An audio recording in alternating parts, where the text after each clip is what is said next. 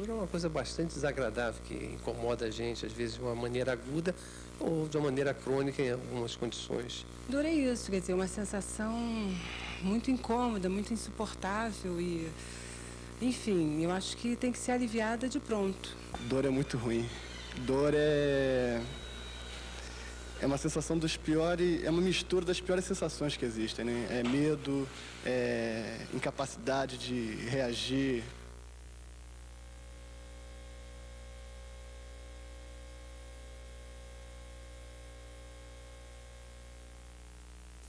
Essa é a definição da Sociedade Internacional de Estudos da Dor. Para muitos especialistas, porém, ela está incompleta, porque não determina que a dor é uma reação involuntária, reflexa, psicológica e que depende ou não de experiência prévia. É sobre o tratamento da dor que o Medicina Brasil vai estar falando hoje. Existem vários tipos de dores. Umas das dores são as dores somáticas, onde você pode ter uma dor por dor óssea, por causa de osteoporose ou doença de peixe. Vamos ver como funciona uma clínica da dor. A dor do senhor é em vibração, tremor, pulsa, lateja, é como uma batida ou como uma pancada? Lateja. Os tipos de tratamento. Você está vendo que essa paciente tem uma dor cervical e uma dor dorsal mais ou menos até aqui. O bem-estar dos pacientes. Agora já estou mais melhor, graças a Deus. Tá louco, se eu tivesse como Deus que me perdoe. O Medicina Brasil está começando.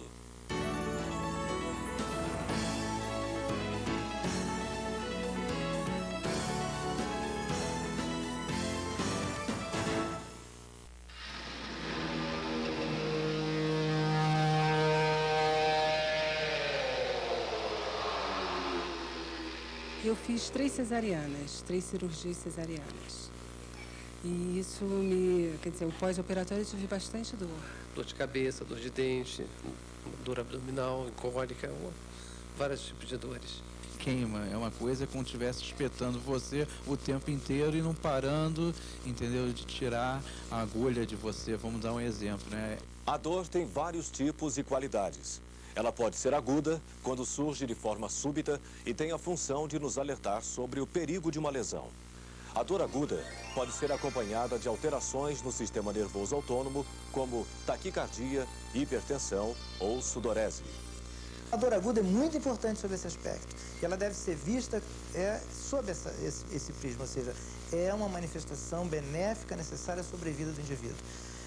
Felizmente para nós, a dor aguda normalmente tem uma causa bem visível, né? Ela é consequência normalmente de uma lesão, de algum tipo de agressão física ao organismo. E não só essa causa pode ser evitada ou pode ser tratada, né? Como normalmente é fácil de controlar a dor aguda. Quer dizer, nós temos medicamentos que são capazes de aliviar a dor aguda com eficiência. Já a dor crônica pode ser causada por um problema orgânico ou mental. Para a maioria dos autores, é a dor que aparece e reaparece num prazo de 6 meses, podendo ser recorrente. Ela causa distúrbios no sistema nervoso central ou periférico, podendo levar a problemas psicológicos, como distúrbios do sono e depressão.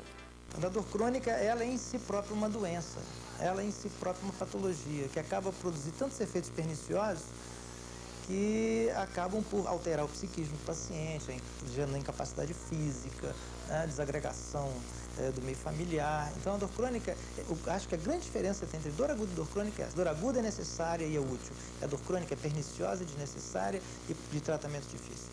Existe também a dor somática, que se divide em duas. A cutânea, uma dor fina e bem localizada em alfinetadas ou pontadas, e a muscular, uma dor surda e difusa, profunda e mal localizada. Vamos falar um pouquinho da dor que o senhor sente, tá? A dor que eu sinto é justamente essa. Começa nas costas. Começa nas juntas. Nas juntas. E joelho, costas e todas as juntas. A dor visceral é parecida com a muscular, sendo difusa, mal localizada e profunda, às vezes acompanhada de cólicas, podendo ser referida aos dermátomos. As dores psicossomática e psicogênica, como o próprio nome diz, são causadas por um fator psicológico que leva a um problema doloroso somático. A dor do infarto normalmente é uma dor aguda, súbita, em região precordial, de forte intensidade, que dura mais do que 20 minutos. Essa dor pode ter uma radiação para o braço, ou para o pescoço, ou para toda a região torácica. Normalmente, essa dor, ela vem de uma forma como opressiva, mas muitas vezes ela pode vir de formas diferentes. Ela pode vir como fosse uma queimação ou de outros tipos e vir desde o maxilar até o umbigo. Temos que lembrar também que muitas vezes o paciente pode infartar sem ter dor nenhuma, o que é mais comum nos diabéticos.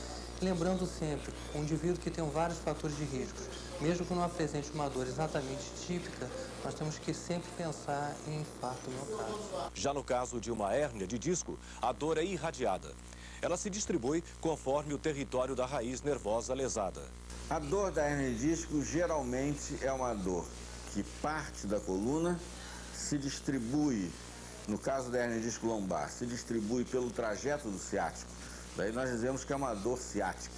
Ela se distribui pelo trajeto do ciático, ou seja, desce da coluna pela nádega, pela parte posterior da coxa e vai até o pé. Naturalmente vai depender se a hérnia de disco é no nível L3, L4, L4, L5, L5, S1. Então ela vai distribuir-se de acordo com aquele metâmero, ou pela parte interna do pé, ou pela parte externa do pé, ou pela panturrilha. Isso de acordo com a raiz que está acometida, né? No caso da hérnia cervical, o que nós temos? Uma dor cervical que se irradia pelo braço até a mão, geralmente acompanhada de dormência. Essa é uma dor que os doentes rotulam e chamam a atenção como uma dor nervosa. Nós tivemos até um ex-presidente que tinha uma hérnia que dizia: isso parece uma dor de dente nas costas. Né? Então é uma dor nervosa, uma dor nevrálgica mesmo, né? Geralmente melhora com repouso, geralmente melhora com calor, geralmente melhora com a imobilidade. É raro o doente que melhora andando. Se o doente diz: ah, tem muita dor, mas eu só melhoro se eu ando de um lado para o outro.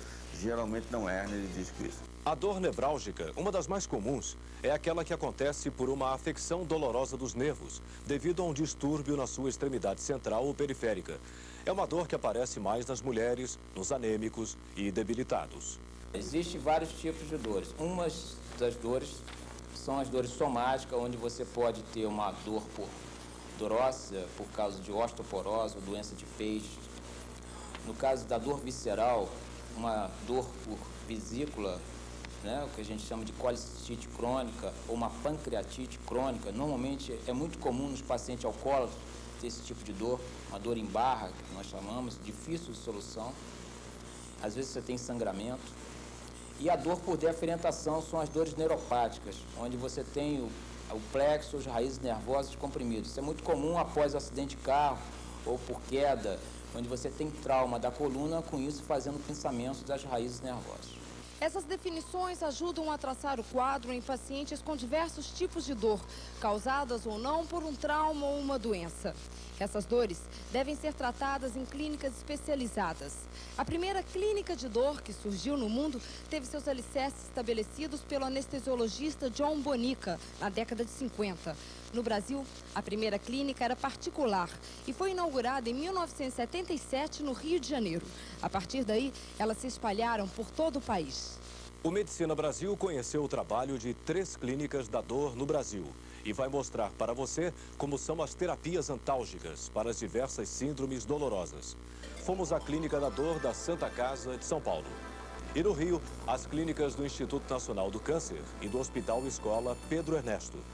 Na Clínica da Dor do Instituto Nacional de Câncer, anestesiologistas, um psicólogo, um fisioterapeuta e um assistente social atendem os pacientes matriculados no hospital que sofrem de dores crônicas. A primeira etapa é a consulta. É quando o médico começa a identificar a dor. É como uma pontada, um choque ou um tiro. A Clínica de Dor do INCA adotou um questionário com 20 perguntas que ajudam o paciente a definir o que sente. Um choque. Agulhada, perfura, facada, punhalada ou em lança? Agulhada. De acordo com a resposta dele, você pode classificar, como eu disse, uma dor somática, uma dor visceral ou uma dor por deferentação, de acordo com o tipo de palavra. Por exemplo, uma dor em queimação é muito característica de uma dor por lesão nervosa. A avaliação da dor é subjetiva. Por isso, uma anamnese precisa é muito importante. Segundo o chefe da Clínica da Dor do INCA, o anestesiologista Maurílio Martins, também existem métodos não invasivos que comprovam a origem da dor. Através dos exames, existem vários tipos de exames, cintilografia óssea, ressonância, exame de sangue, eletroneuramiografia, a gente poderia fazer vários tipos de exames para um paciente. O paciente que chega à Clínica da Dor passou por vários tratamentos e já está há algum tempo doente. É importante saber o momento de encaminhar um paciente a essa terapia. Toda vez que o médico, no seu ambulatório, no seu consultório, tiver um paciente com doença conhecida ou não, e que tem uma síndrome dolorosa aguda ou crônica, normalmente são os casos crônicos. Dificilmente a gente recebe aqui pacientes de dor aguda encaminhada por colegas de outras instituições. O ideal não seria esperar o paciente ter muita dor, porque aí já o sofrimento já existe. Seria antecipar essa, quando ele sentir que vai ter dificuldade no manuseio da dor, por algum motivo, ele encaminhar esse paciente antes que o paciente já esteja sofrendo dor. Hoje em dia não se permite que o paciente tenha dor mais. O estresse causado pela dor pode levar o paciente a supervalorizá-la. Muitas vezes, apesar da medicação adequada, a dor não cede. É aí que o paciente fará uma consulta com a psicóloga, integrante da equipe multidisciplinar da clínica. E a gente avalia quais são os outros aspectos da vida do doente, né, da personalidade dele, né, da rede familiar, da rede afetiva, né, em que essa dor estaria a serviço de quê? Né? Tem o ganho secundário da dor, né, que a gente chama, que algumas pessoas, não é que elas fazem isso de propósito, conscientemente, né, mas elas inconscientemente se valem da dor, né, para atrair a atenção da família. Os índices dos últimos 40 anos indicam que as dores de moderadas a intensas, que normalmente são indicadas para a clínica da dor, atingem 50% dos pacientes em recuperação pós-cirúrgica e 70% dos pacientes com câncer em estágios avançados. A dor, então, deve ser controlada o quanto antes para não gerar um quadro cíclico, dor, ansiedade, sensação de abandono, depressão e privação do sono. O primeiro passo é, então, estabelecer a confiança entre o médico e o paciente. O profissional que se dedica a isso, se dirige a um paciente com dor crônica, tem que já ir preparado para esperar um doente com todos esses problemas. Um doente que já está impaciente, é um doente que já foi a muitos médicos, já tentou muitos tratamentos, está desiludido de tudo. E você tem que ouvir com paciência, você tem que mostrar a ele que existe ainda uma forma, se não de curar, pelo menos de aliviar o seu desconforto, a sua dor. Então essa relação tem que ser realmente especial. A observação de toda a equipe é fundamental, principalmente com bebês e idosos, quando o paciente não pode expressar a dor de forma clara. A Clínica da Dor da Santa Casa de São Paulo existe há 14 anos e atualmente faz 350 consultas por semana. Os pacientes com mais de 60 anos têm características específicas e doenças específicas. Dona Maria tem 85 anos e sofre de arteriopatia crônica. Há 3 meses, graças à Clínica da Dor, ela não sente mais a queimação que sentia. Ela entrou com uma sintomatologia de dor em queimação de forte intensidade em membros inferiores, principalmente em pés, acompanhada de choques. Uma escala visual para dor de 10. Ela tem como antecedentes hipertensão arterial tratada nesse então com higroton e fora disso não apresentava outra alteração patológica. A paciente inicialmente foi tratada com antidepressivos e bloqueios regionais tipo peridural em várias ocasiões. Dessa data até então, ela tem apresentado uma melhora importante. Atualmente, mantendo-la somente com Chilex 30 mg e fazendo uso das medicações que o pessoal da cirurgia vascular indicou, como são o Trettal 400 e a AAS. E, além disso, está tomando o Eupresin para a pressão arterial dela. A evolução dela tem sido boa, tendo em conta que se fez um diagnóstico precoce e se fez um tratamento também precoce. O tratamento baseado em parte farmacológica, como já falei, que foi com a parte de antidepressivos, os quais eles atuam aumentando o limiar para a dor, de tal forma que vai diminuindo esta sintomatologia de dor neuropática, que é a queimação e os choques que ela apresentava principalmente no pé esquerdo. Com os bloqueios peridurais, a gente melhorava também a circulação e ajudava conjuntamente a melhorar a dor da paciente. Ah, mas é uma dor tão triste, minha filha, essas feridinhas doía que parecia que estava arrancando um pedaço, a agulha, pintando a agulha. Minha noite que chorava que nem... E hoje, como é que a senhora está? Estou mais melhor, graças a Deus. Dele hoje não, já faz dias que eu estou bem mais melhor, né? Esses 20% de idosos que são encaminhados para nós, eles efetivamente têm uma melhora na qualidade de vida. Sabe, você viu, aquela senhora agora ela anda em casa, ela consegue fazer alguma coisa. Uma paciente que às vezes chega de cadeira de rodas, depois ela começa a andar. Então isso para um paciente que tem 75, 80 anos, está sozinho em casa, é fundamental. Os medicamentos são fundamentais para o tratamento da dor porque geram imediato alívio e desencadeiam mecanismos que agem no sistema nervoso central e no sistema periférico. Eles são divididos em analgésicos maiores e menores. Eu diria que o tratamento mais comum, mais usual, é o tratamento medicamentoso através de remédios. E aí nós usamos uma gama de medicamentos, desde os analgésicos comuns, os analgésicos derivados opiáceos, aos anti-inflamatórios não esteroides, aos antidepressivos tricíclicos, aos neurolépticos, aos anticonvulsivantes. Então, nós usamos muitas medicações, às vezes de grupos associados de medicação, e o tratamento mais comum é esse. Eu diria que praticamente todos os nossos pacientes recebem um tipo ou vários de medicação. Na Santa Casa, em São Paulo, os medicamentos são produzidos na farmácia básica da dor.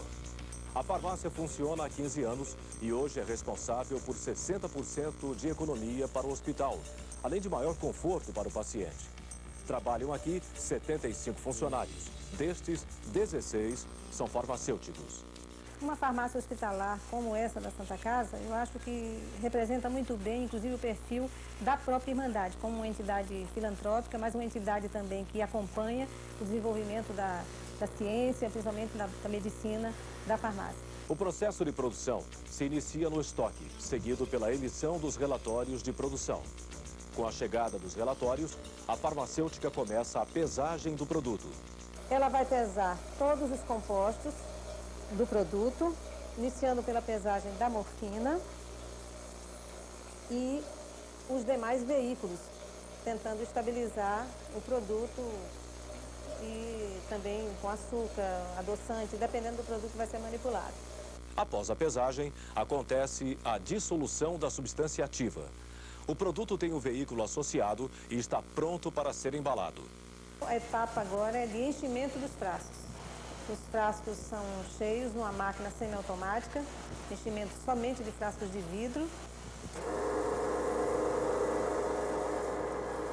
Dos 3.000 medicamentos utilizados no hospital, 500 são fabricados aqui mesmo. A manipulação do produto, ela traz alguns benefícios tanto para o paciente internado e o paciente externo, o paciente de ambulatório. Então, tanto em termos de custo, como em termos de adequação de dosagem. Então, é possível a gente ter dosagens aqui que beneficiem o paciente. Um exemplo da disponibilização de dosagem para adequação ao paciente seria o morfine oral. Nós fabricamos a solução de Bronton, que é uma solução de morfina que recebeu essa denominação, mas não é especificamente a solução de Bronton. Nós fabricamos numa dosagem de 2 mg por ml e 100 mg por ml. Isso dá uma comodidade grande para o médico prescrever na dosagem que ele quer e também para o paciente. Normalmente você acompanha uma escala que é orientada pela Organização Mundial de Saúde, que é chamado 3 degraus, né? Onde o primeiro degrau você prescreve um analgésico comum e um adjuvante. No caso, uma dipirona, uma novalgina e um anti-inflamatório não esteroide. Caso essa dor não melhore, você vai para o segundo degrau ou segundo step, que é a introdução de opioide fraco mais um não narcótico do tipo dipirona e o anti-inflamatório. Caso persiste essa dor, aí você vai para o último degrau, que é um analgésico com um narcótico forte, a substituição de um narcótico forte por um narcótico fraco e acrescentando um anti-inflamatório não esteroide e um adjuvante. Então, no último degrau, você introduz um narcótico forte e que, no caso, o mais comum exemplo é a morfina. Se, no caso, a morfina não resolver, aí sim você encaminha para a clínica da dor. O que importa para a equipe da Clínica da Dor é a qualidade de vida dos pacientes. Daqui a pouco você vai ver como a Clínica da Dor pode ter formas variadas para o tratamento das síndromes dolorosas. É um minuto só.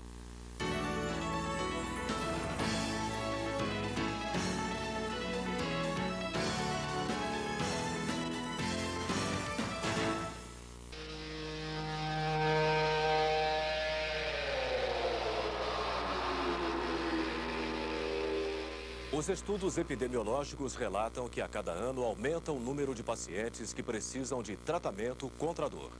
O Medicina Brasil foi ao Instituto Nacional do Câncer, no Rio de Janeiro, para mostrar como os médicos estão discutindo meios alternativos para a administração dos opioides. Nós fomos conhecer uma paciente que está há 1 ano na Clínica da Dor. Gabriela, de 14 anos, tem um tumor cerebral e já não enxerga e nem ouve como antes. Ela sofre de fortes dores de cabeça. Uma opção para trazer um conforto maior no tratamento foi implantar um catéter ligado a uma bomba de infusão, que injeta 24 horas por dia de medicação sem parar. Com a bomba, é possível programar a hora, o minuto e a quantidade certa de medicação que irá cair no sangue. Em geral, um opioide forte. Principalmente nos casos onde o paciente apresenta vômito, desconforto das doses terapêuticas analgésicas pelos efeitos colaterais. Onde os efeitos colaterais mais importantes dos opioides são os vômitos e a constipação intestinal. Isso não acontece tanto por via endovenosa ou subcutânea. Se o paciente tiver uma dificuldade, e onde você estiver em uma cidade que não tiver o catéter totalmente implantado, isso também pode ser feito por via subcutânea. Nas crianças, a primeira opção de tratamento é sempre por via oral. Mas muitas vezes, a criança tem dificuldade de expressar a dor que está sentindo. A medicação injetável, administrada continuamente, pode ser uma solução. Tem criança que entra em verdadeiro mutismo. Ela vê os pais tão ansiosos que não reclama de dor. E elas, às vezes, estão sentindo bastante dor. Uma das maneiras de a gente verificar a dor é através de escalas. Nas fases menores, a gente usa escalas de face, onde tem umas faces alegres, umas faces chorando, para identificar que nível de dor o paciente está sentindo. E a gente tem que conhecer a relação com a família e com a criança, como abordar isso. É muito difícil, mas aos poucos, com paciência, a gente vai conseguindo, principalmente por ser uma clínica multidisciplinar, você pode pedir o auxílio da enfermagem e da psicóloga para tentar abordar de uma maneira melhor, sem causar trauma. Mas quando saber o momento de encaminhar uma criança para a Clínica da Dor? Exatamente nos mesmos moldes do adulto. Se você está com a dor, difícil solução, rebelde, refratários a analgésicos, até opioides, não consegue melhorar os efeitos, ou melhora e tem uns efeitos colaterais importantes, é preferível você encaminhar para a Clínica da Dor para ver se tem ou outros analgésicos menos agressivos ou outros métodos que tenham menos efeitos colaterais. Dentro da clínica, quando não há involução da dor, a equipe multidisciplinar discute o que fazer. São as chamadas mesas redondas. A queixa principal dele era ojonfagia, né, e dor retroesternal. 44 anos. Câncer de esôfago tratado com radioterapia e bracterapia. 1 ano na Clínica da Dor. A dose da medicação triplicada nesse período. A dor não cede. Pronto, está em discussão mais um caso da mesa redonda. Você pode definir melhor a sua dor, para explicar para a gente como é que dói, se essa dor mudou de comportamento, não é mais aquela dor de queimação? A dor agora, tipo, assim, parece um troço preso, um catarro, aquele escarro preso. Você tem dificuldade de respirar? Tem. A equipe do Instituto Nacional do Câncer, no Rio de Janeiro, se reúne uma vez por semana para tentar melhorar a vida de pacientes que têm a dor como uma companheira constante e indesejável. Uma nova anamnese é feita. O paciente descreve a dor outra vez.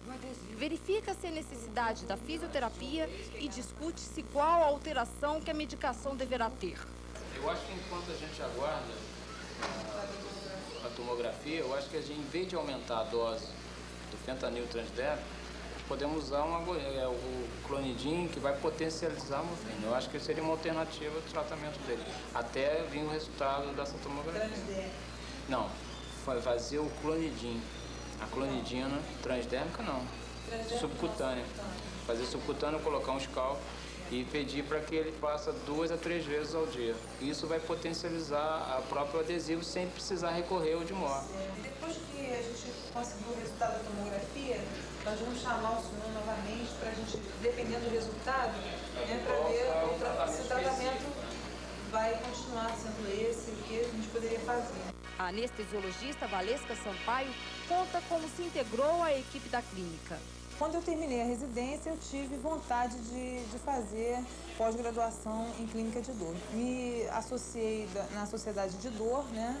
Fui a alguns congressos e daí tive a oportunidade de saber aonde oferecia o curso. Fiz uma admissão, né? Uma prova de admissão aqui no INCA. Na verdade, a gente sente necessidade de uma complementação no estudo da dor, né? Ainda mais que nós somos anestesiologistas, né? Então, no fundo, ainda está faltando essa complementação na residência, até mesmo na faculdade, né? Na graduação. Nós não temos ainda esse estudo da dor, por exemplo, uma matéria só sobre a dor. No Hospital Pedro Ernesto, também no Rio de Janeiro, a Clínica da Dor existe desde 1981. São atendidos aqui uma média de 100 casos por semana. A clínica atende a todos os tipos de dor e as mais comuns são as dores de cabeça e de coluna. O que o Medicina Brasil vai mostrar é a participação da acupuntura no tratamento da dor.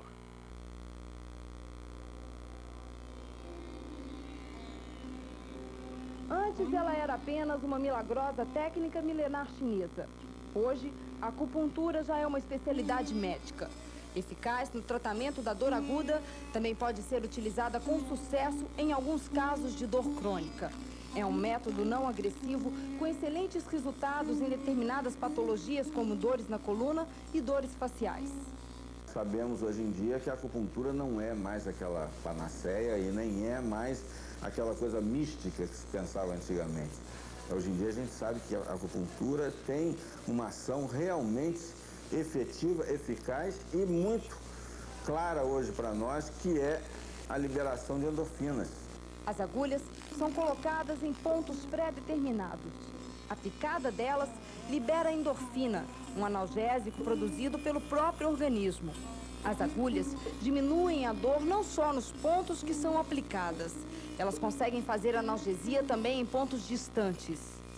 A acupuntura para dor ela é muito recomendada para pacientes com dores em toda a coluna vertebral, tanto osteoartrose como sequelas cirúrgicas, tipo fibrose peridural. O paciente aceita bem o tratamento e o resultado é excelente. Obviamente, em alguns casos, na maioria dos casos, acoplados com uma fisioterapia feita corretamente. 30 minutos com as agulhas, mais ou menos de 5 em 5, de 4 em 4 minutos se dá uma estimulação, exatamente para liberar as endorfinas.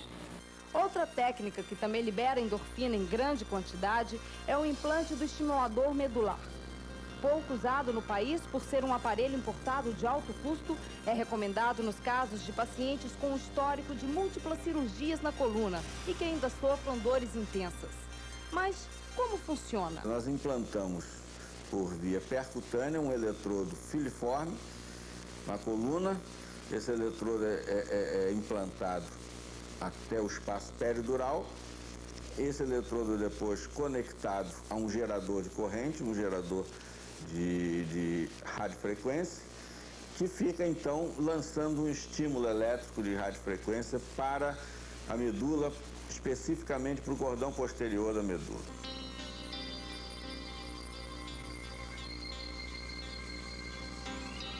Outro método bastante utilizado na Clínica da Dor do Hospital Pedro Ernesto, no Rio de Janeiro, são os bloqueios anestésicos.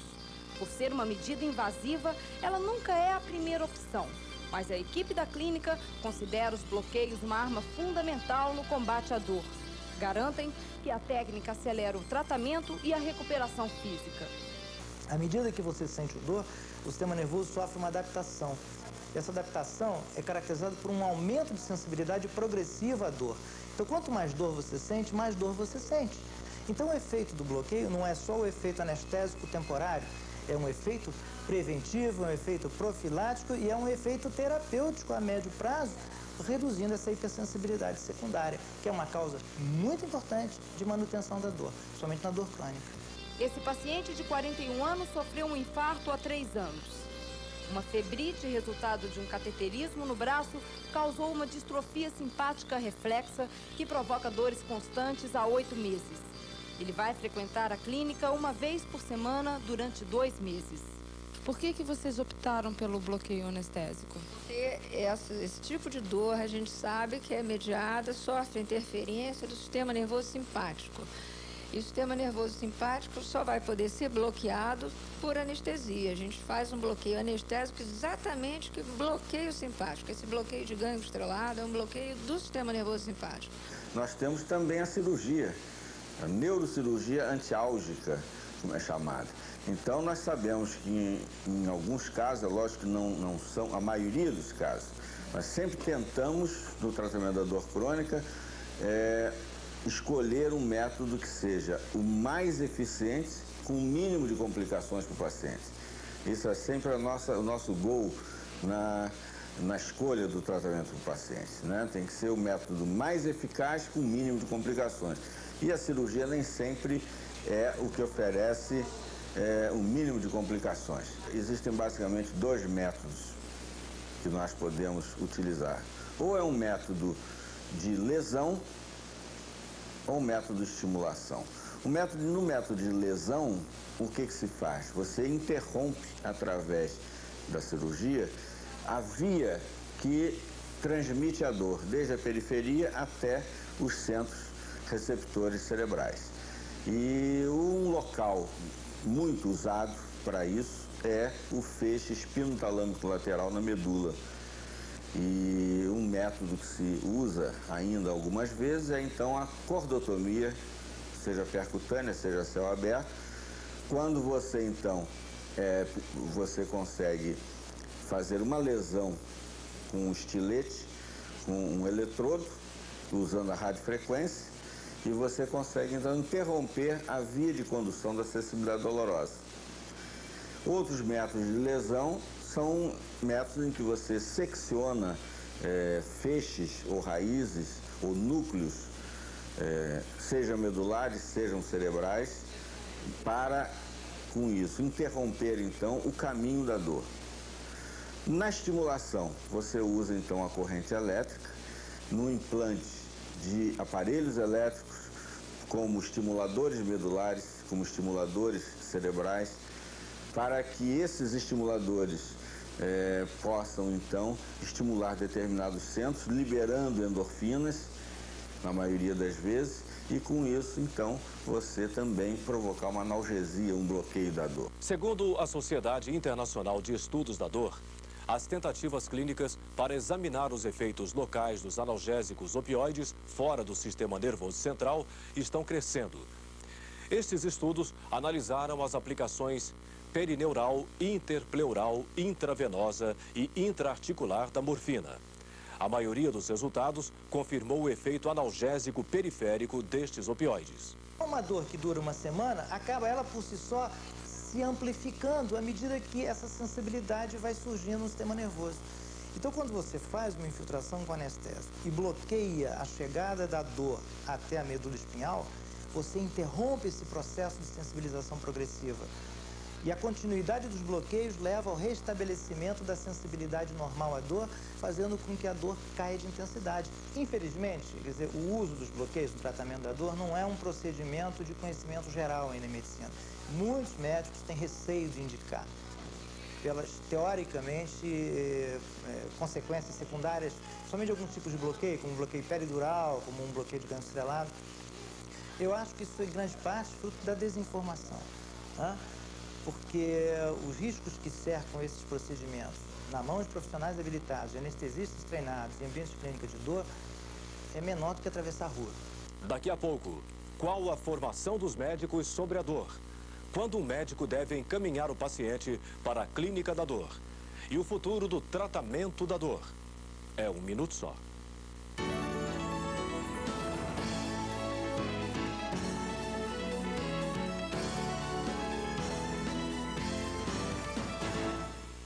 A dor é o tema do debate que você vai assistir agora.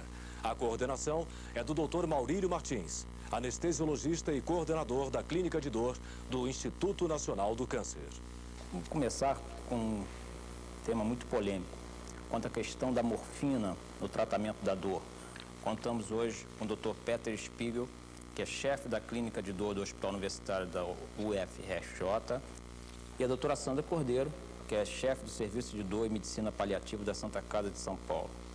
Dr. Peter, quando indicar o uso da morfina no tratamento tantálgico? De um modo geral, nós podemos dizer que a morfina é o mais potente dos analgésicos para ser usado quando a dor é intensa.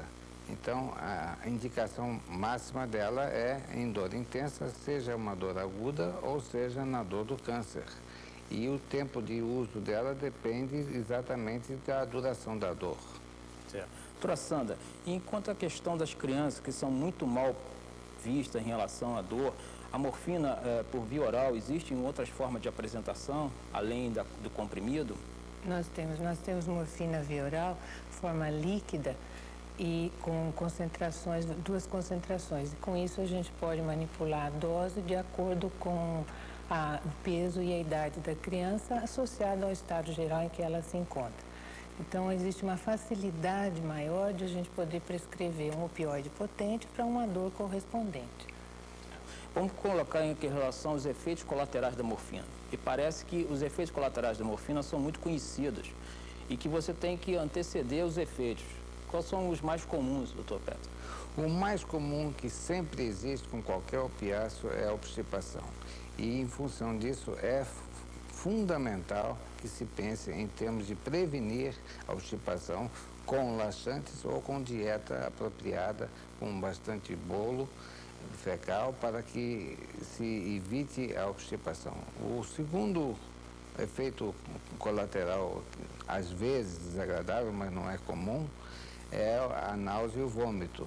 Ela pode significar apenas uma sobredose ou determinados pacientes têm náuseas e vômitos, mas que pode ser controlado facilmente com a medicação coadjuvante que nós usamos normalmente. Eu gostaria que a doutora Santos comentasse alguma coisa em respeito quanto ao preconceito do uso da morfina, que vários pacientes têm receio de tomar a morfina por questão de que existe um mito de que a morfina vai viciar, que vai fazer com que o coração enfraqueça, entre aspas, né? E que isso também acontece na classe médica. Eu gostaria que a senhora comentasse alguma coisa a respeito. A surpresa maior de quem começa a lidar com dor é justamente essa, de que o preconceito não é do leigo, o preconceito é do médico em geral. Então, o médico tem preconceitos em relação ao uso da morfina, em relação ao uso de qualquer opioide, principalmente baseado no fato de que, eventualmente, esse indivíduo possa criar o hábito do uso da morfina.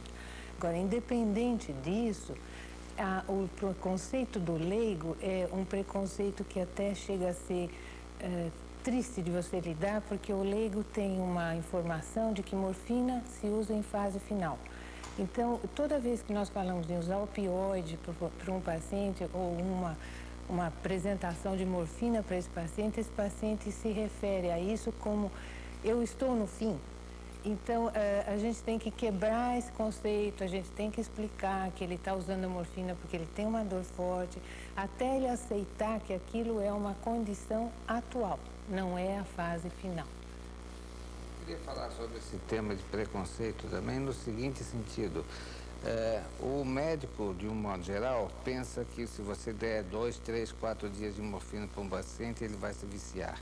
Existem duas coisas. Existe dependência psíquica, que seria o vício, e dependência física.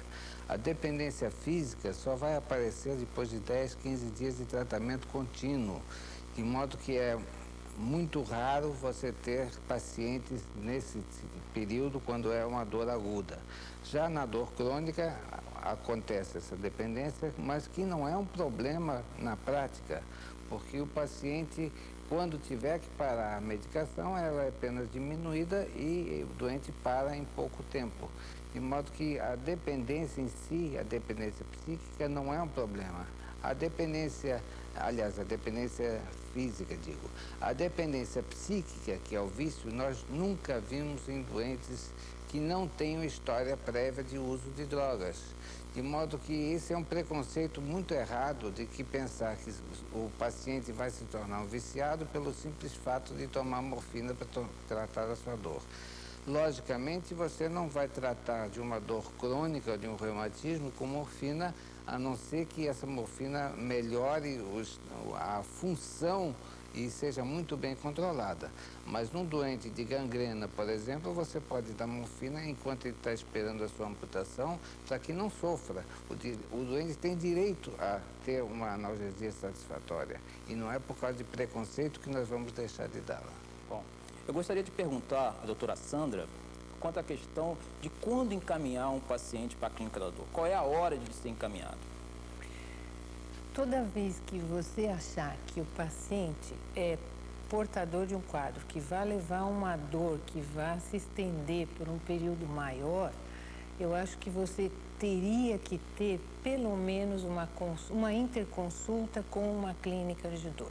Se você puder fazer isso e a opinião concorde e os médicos acabam tratando esse paciente de uma maneira adequada e rápida, está resolvido esse problema. Agora, os pacientes que têm patologias que levam à dor crônica, que a gente sabe que se arrasta por meses, às vezes até anos, eventualmente esse paciente não pode ficar fora de uma clínica de dor, justamente porque nessa clínica ele vai ter uma abordagem completa, uma abordagem que vai fazer com que ele seja analisado não só do ponto de vista dor, mas do ponto de vista clínico, do ponto de vista psíquico, do ponto de vista apoio familiar, que faz com que ele tenha um atendimento completo. Certo? É fundamental comentar alguma coisa? Porque muitas vezes não se pensa na parte psíquica do doente. O doente que tem dor crônica geralmente tem depressão e geralmente tem alguma coisa até atrás dessa dor crônica em que ele tem um comportamento diferente e que tem que ser às vezes até reabilitado em termos de função, além do tratamento da dor com medicamentos. Quanto à questão da depressão, só comentar que é muito comum, principalmente por parte da família, no paciente de dor crônica, ele é muito poliqueixoso, isso faz com que a família fique muito insegura, ansiosa, nervosa, e solicita muito ao médico que prescreva um ansiolítico. Eu acho que no caso de depressão, esse ansiolítico vai piorar muito o quadro de depressão e vai piorar o quadro de dor. Então é um grande erro nos pacientes de dor crônica prescrever ansiolítico, no caso, midazolam, diazepam, o que for no caso. Você tem que prescrever o antidepressivo. Aproveitando a questão do antidepressivo, eu gostaria que o Dr. Peter pudesse comentar alguma coisa a respeito dos antidepressivos como coadjuvantes no tratamento da dor crônica. Os antidepressivos tricíclicos têm uma propriedade analgésica própria. Ninguém sabe por que funcionam, mas somente os tricíclicos é que têm essa função e que a gente pode aproveitar, dependendo das ações colaterais, algum que cause mais sono e, portanto, aumente o período de sono do paciente, porque muitas vezes os doentes dormem mal, principalmente doentes deprimidos, ou então que não dê sono, dando uma medicação que diminui o sono, mas que age como antidepressivo também, como a nortriptilina.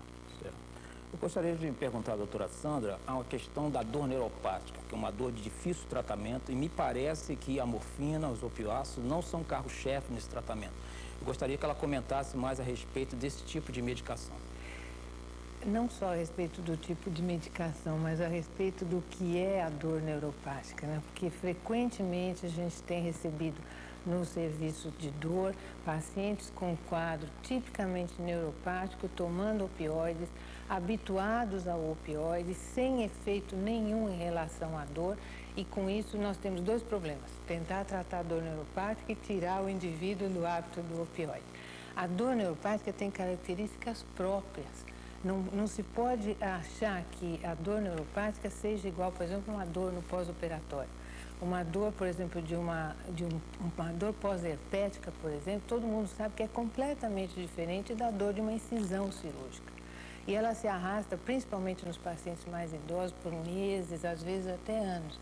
Então, é uma dor difícil de ser tratada, mas tem que ser tratada talvez até preventivamente, para que a gente tenha um quadro mais discreto na evolução e que seja mais fácil de se tratar. Com as medicações que a gente sabe que tem um efeito, vamos dizer assim, não completo como nós gostaríamos, mas um efeito bom, que seriam os antidepressivos e os anticonvulsivantes. Dr. Pedro, você quer complementar alguma coisa sobre a dor neuropática? Não, apenas para complementar, mostrar que a dor tem sempre uma característica regional no percurso dos nervos e que é uma dor geralmente em queimação e às vezes dor em choque. São as características básicas da dor neuropática que muitas vezes não são reconhecidas. Eu gostaria só de lembrar que o paciente que tem câncer, a dor não é só pelo câncer, pode ser também pós o tratamento. É muito comum um paciente, depois de uma radioterapia, apresentar um quadro de plexipatia, né, actínica, que nós chamamos, e esse tratamento não é feito com o uso da morfina, conforme a doutora Sandra comentou. A questão é uma dor neuropática, e o tratamento é totalmente diferente da dor oncológica por si só. E em alguns casos, pacientes que estão usando quimioterapia, metotrexate, a cisplatina, são dois quimioterápicos que acontece muito a dor neuropática e principalmente na dor mandibular, que a gente não sabe ainda o porquê que acontece essa dor mandibular e que o tratamento não é o uso da morfina. Bom, eu gostaria de comentar ainda a questão do paciente com dor oncológica. Primeiro analgésico, o senhor usaria a morfina, doutor Pedro? É a recomendação da Organização Mundial de Saúde? Não, a Organização Mundial de Saúde propõe seguir a escada terapêutica. A escada terapêutica que leva primeiro os anti-inflamatórios não esteroides, em segundo plano os opioides fracos, tipo o codeína, o tramadol, e finalmente a morfina como básico. Por que existe essa escada? Porque cada uma dessas medicações tem seus limites. Você só pode levar até uma dose máxima, acima disso não consegue mais analgesia. Ao contrário, da morfina que não existe dose máxima. Você pode levar uma dose tão alta até que apareçam os efeitos colaterais que impeçam de você aumentar, seja mioclonias, seja um excesso de sedação que levam a você ter que substituir ou parar naquela dose da medicação tipo opiáceo. Eu gostaria de perguntar à doutora Sandra quanto à questão do uso constante da petidina ou meperidina na dor crônica. A senhora acha uma boa indicação, já que é uma droga que a gente sabe que tem dose teto e apresenta alguns quadros psicóticos? Eu gostaria que a senhora comentasse alguma coisa sobre a petidina ou meperidina na dor crônica. A petidina na dor crônica tem um grande inconveniente, né? Todos nós sabemos que o metabólito dela é ativo, é convulsígeno, e, além do mais, é uma medicação que facilmente leva ao hábito. E tem uma única apresentação, que é a apresentação parenteral. A dolantina teve, a mepetidina teve, durante um certo tempo, uma indicação, talvez por ser ou a mais antiga ou a única que existia no mercado. Mas, atualmente, é uma droga que tem uso muito restrito e, praticamente, dentro de uma clínica de dor, é uma medicação que nunca chega a ser utilizada. Eu tenho a impressão que aqui no Brasil ainda se usa mais mepetidina do que morfina. Pelo menos as estatísticas dos anos de 93 a 95, mais ou menos, usava-se 10 vezes ou mais vezes petidina do que a morfina. É importante alertar que a Organização Mundial de Saúde preconiza o contrário, usar mais morfina e menos petidina. A petidina tem uma boa indicação para dor aguda, não para dor crônica. E principalmente o Brasil usa muito pouco a morfina. Nós temos, na América do Sul, um dos mais baixos gastos de uso de morfina na América do Sul. Nós, inclusive, fazendo uma comparação recentemente, nós perdemos para a Argentina e Uruguai. Isso é uma população muito maior, quer dizer, nós temos um gasto muito menor. Isso é um erro da prescrição. Por quê? Exatamente, por desconhecimento, né? Não é só desconhecimento, a legislação também inibe muito em termos de aquisição. Primeiro, as farmácias não querem se comprometer, não querem entrar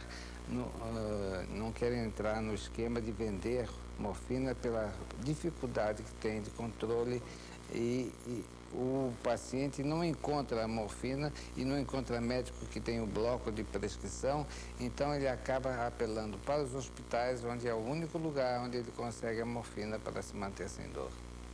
Comentando alguma coisa sobre a legislação, doutora Sandra? A legislação é extremamente, eu não diria rigorosa, porque tratam-se realmente de medicações de controle, mas ela é extremamente burocrática. Então, com isso, a dificuldade do Serviço de Vigilância Sanitária em controlar a distribuição, das farmácias em vender, do paciente em comprar, é extremamente trabalhoso.